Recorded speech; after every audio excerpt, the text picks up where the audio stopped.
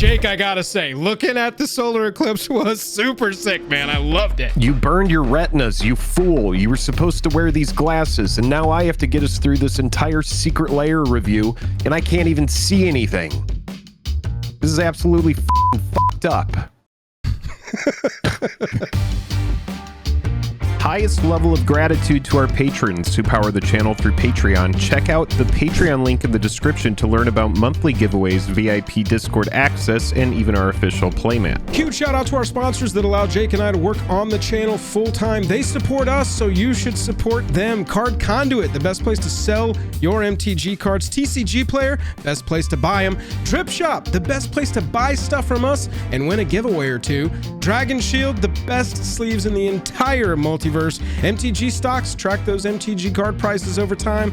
And Moxfield, if you want to go check out our deck lists. And also, big thank you to our channel patrons that power the channel through Patreon. We really do appreciate all of you so much. Going that little extra mile, and our $10 or more patrons are also enjoying an exclusive video once a week over there as well. We have already bought all of these Fallout products. Joel and I have them stockpiled, and our goal here today is to pump them so much into the stratosphere that Fallout products go extremely to the moon, and Joel and I are able to unload all of our excess Fallout extras for extremely high prices. If we were going to take that strategy, wouldn't it be better if nobody bought this? So maybe we should make this whole video about... Joel and I have not bought any of this Fallout product. This Fallout product sucks. We have none of the Fallout product in the wings at all, and we don't plan on buying it, and you should not either. No! Secret Layer Equinox Super Drop 2024 is in progress. As always, our mod on the channel, Spectre, the numbers guy, coming through with the amazing chart that you see here. Can we get a picture of Spectre really quick? Yeah, I'll throw it up right here. We have got all the prices here for the Equinox Super Drop 2024 bundle prices as well, but we're gonna go through these one at a time, Jake, starting with featuring Phoebe Wall. This is a $30 non-foil, $40 foil set. Phoebe Wall, all inspired and done art here.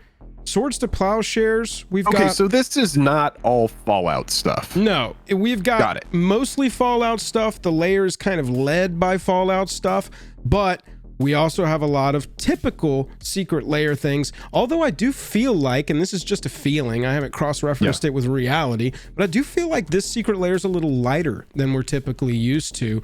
Alayla, Artful Provocateur, Door of Destinies here. Really beautiful treatments on these. Kind of looks like children's storybook. I'm a big fan of these, actually. You know, another version of Swords to Plowshares. Can't ever have enough versions of Swords to Plowshares, it seems.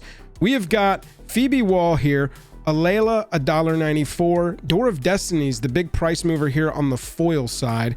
We have got, you know, barely anything otherwise value-wise there, and then only $8 of non-foil value in the set. But Jake, we say this every time, we've gotten to a place where most of these layers nowadays are at, or more often under, the value of the layer themselves, and it's just simply if you like the treatment or want the cards.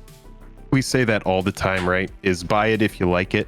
You know, there would be people that would challenge you in our comments, but we also say, you know, wait forever a lot of the time when you're buying a card these days. If you don't need it and you can wait to buy it, you could probably get it at a better price later. It's tough Secret for Layer is a little bit layers, different, though. Yeah, you know, it's a little bit different. You know, Secret Layer is more of like some of these really do pop off. Some of them don't. They stay absolutely flat. But it really just comes down to, unless you're seriously trying to make money off this and you're just buying all of them, whatever, you know, you're probably not watching this video anyway. I think that this is really just like, if you like it, get it. This layer in particular is created in the exact way that I like layers to be created. This has a commander that has 3 colors, and all of the cards in the layer are in the colors and strategically and synergistically playable in that deck. This is a home run for me. And it's also worth mentioning that the artist ones very often have a secret card in them, like all the secret layers have, but that is also from that artist, is not just one of the borderless slivers or one of the whatever cards that you can get as a secret card in the secret layer. That's a good note. Yeah, a lot of times do get a solid other addition from the artist as well. So another card that's playable in an Alayla deck, maybe as the 6th secret card in this layer. Pretty cool. Otherwise, the value's not really there, but this is exactly how I want layers created personally. Next up, we have probably the one that I'm the most hyped on out of the entire thing, which is the Diabolical Dioramas. We get a Carador the Ghost Chieftain reprint, which is pretty sweet. This also has, this is one of my favorite commanders. Crazy looking, man. This card looks awesome. Something. It looks absolutely wild. This is the biggest departure from Carador that we've seen. You know, we've only ever got, you know, etched versions and different kinds of stuff. Right. But also in this, you know, to Joel's point about the last secret layer, it has a bunch of stuff that works in that deck if you were to build Carador, at least in my opinion, yes. Aura Shards. This is a massive, massive card here, folks. Aura Shards has never got a foil version, I'm pretty sure, except for its original printing. So when Aura Shards was reprinted in Commander, we know like the early Commander decks didn't have foils in them. But also Gravebreaker Lamia here. This is pretty sweet card. This is a card that I probably need to have in my deck. The big card here, folks, and I'll tell you about all these prices. We got Aura Shards, $9.58 non-foil, and that takes into account secondary market prices. Fiend Artisan at $7.52. Carador reprinted into the ground at 19 cents. And then the Lamia at 30 cents. The massive card here is the Aura Shards, and if you take into account the foil multiplier from the old foil, I believe it was, what was Aura Shards? Invasion. This is $107.57. So obviously the foil that comes out of this, yeah, take it with a massive grain of salt. The Aura Shards that comes out of this is not going to be worth $107. Free tendies don't just work like that. We're not going to buy the foil of this and then automatically have it be extremely expensive on the secondary market, or else everybody would do that. This Aura Shards, though, is pretty sweet. It's got like a mutant kind of like kitty cat looking thing on it, and I think that a lot of people are really going to like that. And so I think that this layer in particular is going to do pretty well. Yeah, I agree. I think it's going to do well because, again, it's a playable commander with 3 playable cards in that commander's deck, so we're already winning there. This is the first time, to my knowledge, that we have had models or photography as the art on a Magic card. This has been done a lot with like Pokemon, for example. There are famous sculptors that have made models of Pokemon and then they photograph them in the wild, and that's how they make the art for their card. This being the first time that we are departing from, I don't even know what to call it, traditional art medium that we would see on a Magic card. I think that's fairly accurate. I think that is going to drive the price of this like layer digital as well. Art or right. And it hasn't always been digital. Yeah, exactly. It's I'm trying not to. I obviously don't want to piss anybody off. I'm trying to say the right thing there. I think that in and of itself is going to drive the price of this. Like you said, the secret card in this one is probably another diorama photograph.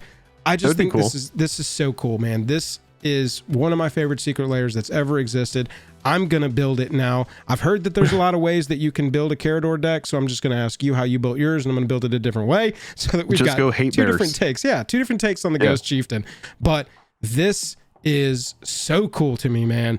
And this is definitely a grab for me. It being so different is just cool. It's driving it for me. We've got another artist series here from Rovina Kai. I'm going to take a stab at pronouncing that name. These are made to look like tarot cards, and I love them. Dude, for some reason, these secret layers are just such a home run across the board to me, but it's because of that one commander, playable cards in that commander deck. I don't know if they watch these videos, but thank you if you are watching these videos at all and you have deciding power over at Secret Lair headquarters.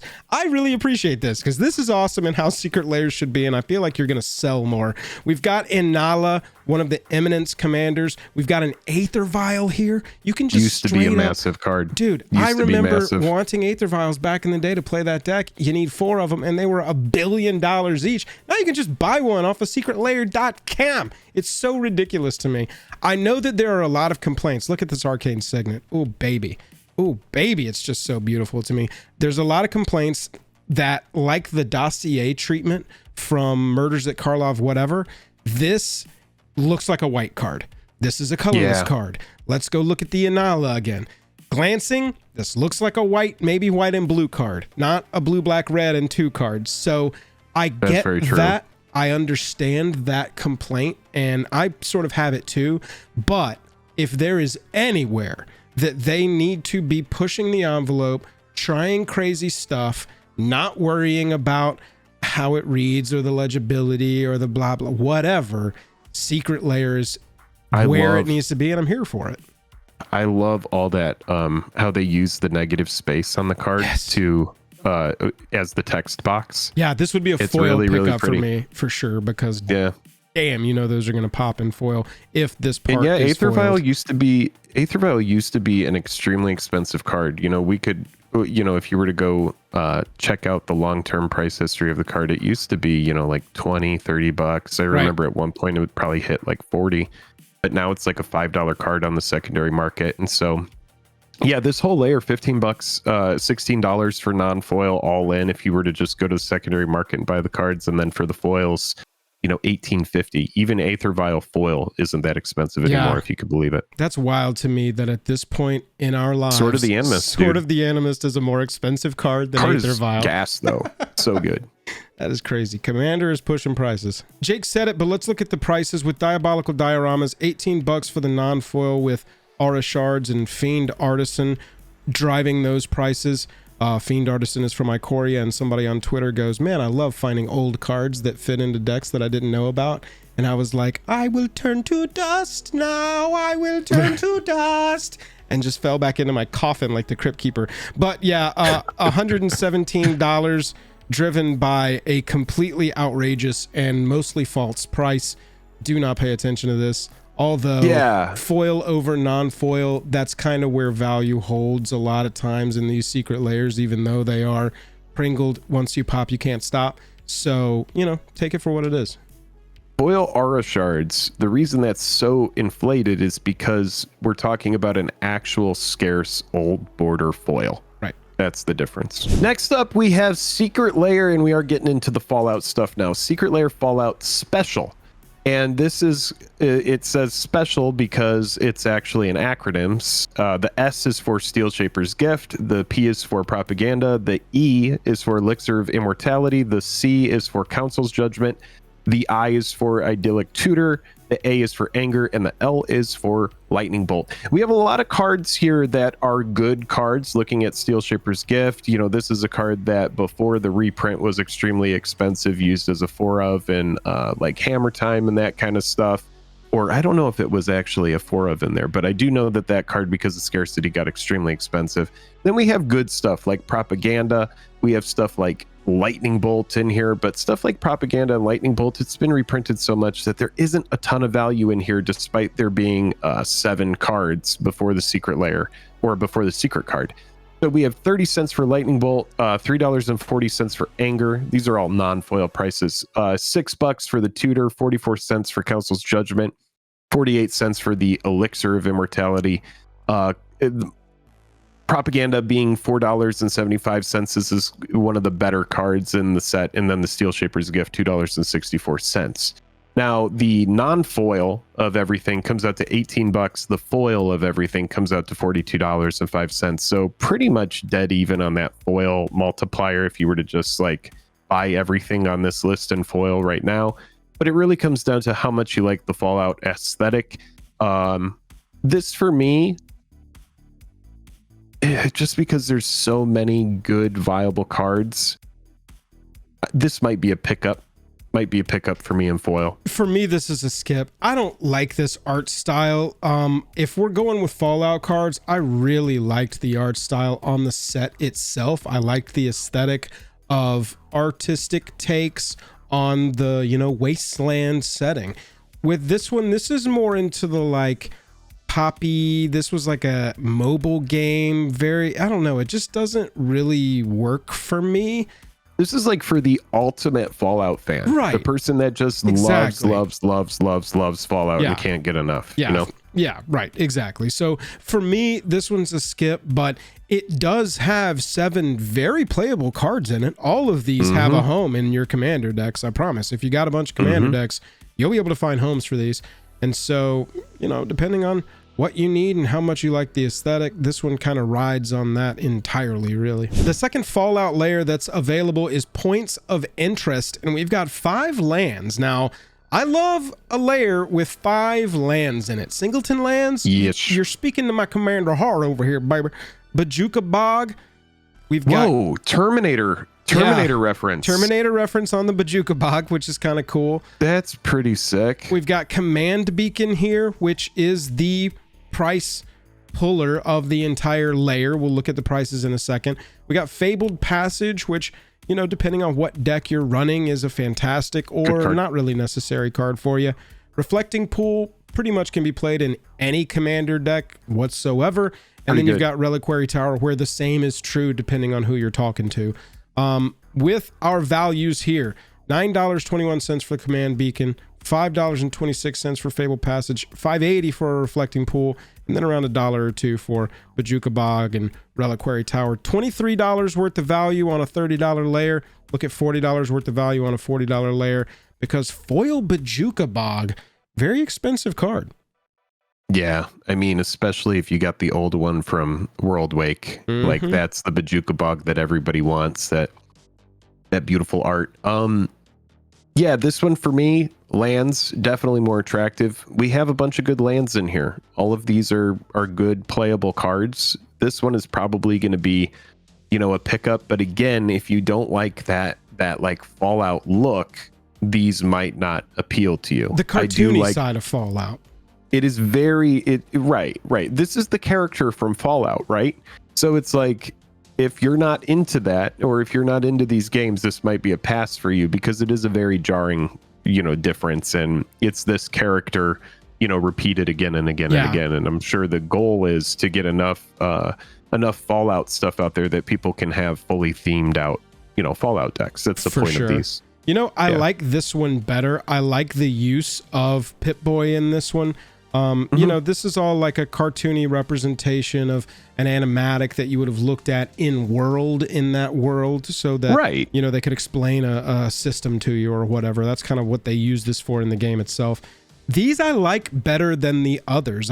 For some reason, the other ones on characters that I don't care about or recognize, all centrally placed, just sort of present in a vaguely thematic piece, versus these, which I feel like really take it to the next level. They use Pip-Boy here again, but it has a better feeling to it. I don't know why I like this one more than the other one, but this one is actually a question of maybe I pick this up so that I can put these 5 cards into the commander deck that I end up pulling and playing long term from Fallout, versus the other ones, which I really don't have any interest in. It's weird. Yeah, I do think that this is probably going to do well, just because it is lands. And because it's all playable ones, I think that this will probably, you know, stay at least where it is. Not going to see a dip in price here. Yeah, and with Secret Lair, it's all quote-unquote reserve list art. Get down in the comments and crucify me if you want to. But if you do end up wanting a Fallout deck in 2 years, and you're like, man, I need that Command Beacon with Fallout Pip-Boy on it, you're going to have to get this copy. And so, you know, it's that kind of thought will drive these over time. There is something to be said about that, you know, being here, being present for it. You know, think about all of the drops and other fandoms that you and I are constantly missing, the events in other fandoms and other, like, or sneakers or any of that kind of shit, limited drop stuff. It all plays on the FOMO. That's the model. Yeah, if you aren't there for it, then you're going to miss it. So yeah, it's really hard to tell, you know, how Fallout stuff is going to do, because Fallout came out this year. You know, you got to be a couple years down the road to really be able to decide. But yeah, if you're feeling any kind of FOMO about these, I think this is probably the one to go with. So jumping into Vault Boy, we have some very powerful cards here, and you're also going to notice there's only 4 cards in this, and it's because they're so powerful. We've got Vault Boy Cap Collector, which is essentially a reskinned Grand Arbiter. Not essentially, it is. And that card is $3.61 in foil on the secondary market, $3.43 in non-foil. Then we also have Sphere of Resistance. This is a big one. $85 in foil, $32 non-foil. So scarcity, folks. Spells cost 1 more to cast. It's a stacks card. Yeah, it's a tax. It's taxes. This First is came just out a in card that's Exodus, extremely good. hasn't been reprinted since then, except for like Inventions, World Champs decks. I think we got a gold border version of this that I've seen some people play, but this is one that is completely scarcity driven. It's not necessarily a card that everybody's been waiting for it to drop so that we could pick up our copy of Sphere of Resistance. And so this one's going to kind of act, in my opinion, I would say that this one's going to kind of act like a portal card where it gets reprinted here. Depending on how much this is purchased, you could see this price absolutely tank.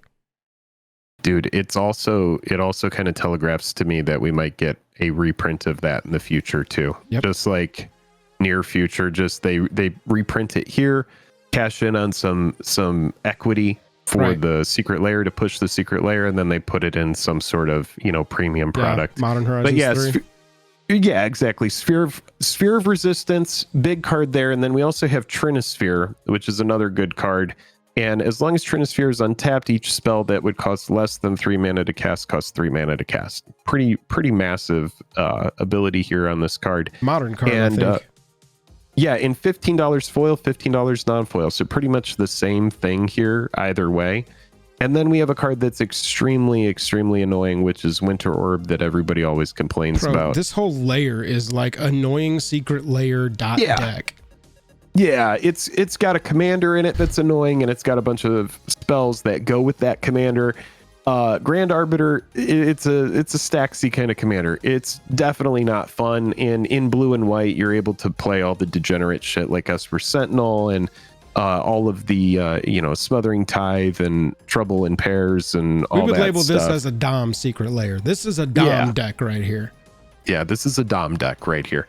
So this is this one, $62 in non-foil and $138 in foil. So you might be looking at those prices going, wow, that's a snap buy. And for a lot of people, it's probably going to be a snap buy, I would say. We've got all of the prices aggregated here on the chart. Go jump into our Discord if you want to explore this yourself. This is freely available to all of our Discord members to look at. You can just ping us or one of the mods in the Discord and we can show it to you.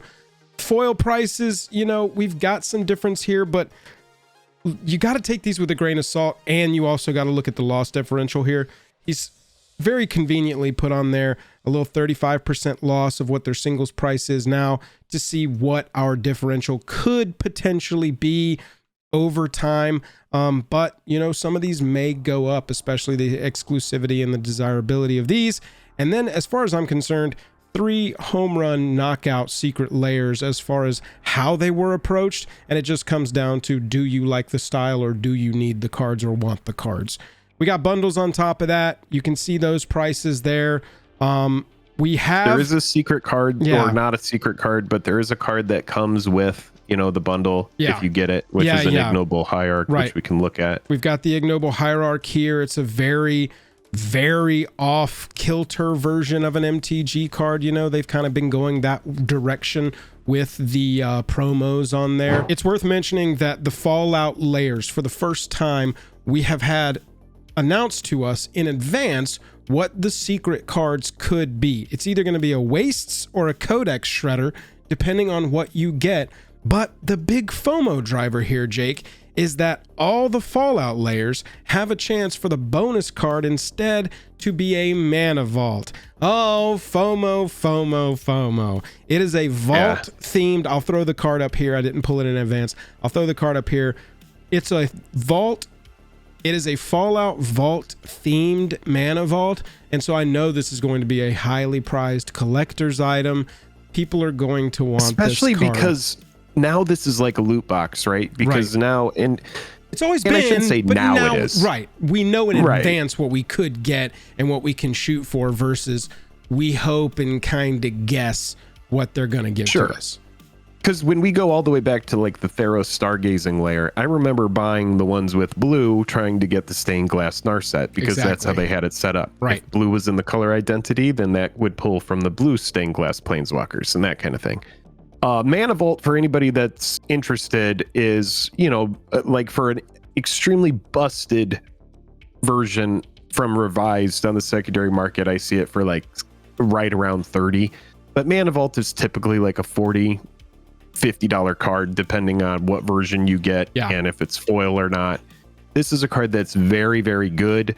And because it's going to be random, I can see this card fetching a nice little premium. For sure. And it'll also mean that most likely these layers will sell very well because people will be ordering them just to pursue that mana vault and then just unloading the rest on the secondary market. And so take that into consideration when you're deciding to buy here. And reserve list art mana vault that you can only get in a random little slot. Yeah, for sure. Maybe that makes all these singles of the Fallout stuff specifically go down further than we're typically used to, especially in the short term, as people open it, see whether they got the mana vault, send off the others into the Aether to hopefully recoup some of their basis back. Overall, I think it's a pretty sweet layer. I know that the dioramas and the tarot cards in particular are pretty divisive. You either like them or you really don't. And so that's what this one comes down to. But how they approached them, I love them.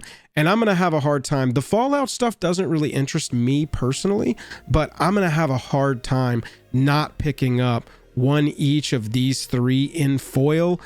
And if I had to chop one, I'd probably cut the Phoebe Wall one and get Diabolical Dioramas in foil and Artist Series Ravina Kai in foil. What are you feeling? I am, I'm looking through the layer right now, and I think the stuff that kind of sticks out to me, just because, okay, like for example, I want to talk about this because there was a secret layer that came out for Dungeons and Dragons, and I slept on it, and I was like, dude, this is worst choice we ever made. Terrible one to sleep on. So there is part of me that's like, I'm just gonna pick up one each of the foil Fallout stuff just to have them. Yeah. And probably not open them just to hold them. Right. And there's going to be like, oh, you're going to buy it and hold it. Yeah, probably. I probably am. It happens. Yeah. So I think, other than that, I will absolutely be getting the Diabolical Dioramas. I think that that's really cool. But then, yeah, probably one each of the Fallout stuff. And then, like, no offense to the Phoebe Wall one, not really my cup of tea as far as the art goes. Yeah. I think that they're beautiful and there's some people that are going to really like that. Yeah. The tarot card stuff, that's pretty cool. That's getting closer to like what I'm into, and I do like what's going on there. So one each of the Fallout stuff, one Diabolical Dioramas, and probably one of the tarot cards, and that'll be it for me. It's like pretty much one of everything except for the Phoebe Wall. So yeah, maybe you're actually rolling more in the bundle territory. I might go into bundle territory. With a copy of Phoebe Wall anyway. Yeah, probably so. That'll get you the Ignoble Hierarch. That'll be a cool card to have. I like how it looks. I know that it's not everybody's cup of tea. What is the cutoff for the Ignoble? It's select. How much do we have to spend? It's select bundles include it. So you just got to pick the right bundle that has the inclusion here, non-foil bundle here, foils bundle here. Enormous thanks to our enthusiast patrons at our $10 tier or higher. All of these patrons get an exclusive video every single week. So if you're interested in that, it's a video that's not published anywhere else. Go check out our Patreon and see if there's any levels over there that are a good fit for you. We got great rewards up and down the chain. One of our enthusiast patrons that we have to shout out is Betty Osthoff. And Chris Deester. And John Streets. Quantum Mechanic, Joseph Twyman, Matt Corrales, Nitro Nick, Matthew Peterson, T-Wolf, Patterson, T-Wolf, Matthew Patterson, T-Wolf, and Clay. Thank you so much. We appreciate y'all watching. Hit that like and subscribe before you go. That's it. Bye-bye.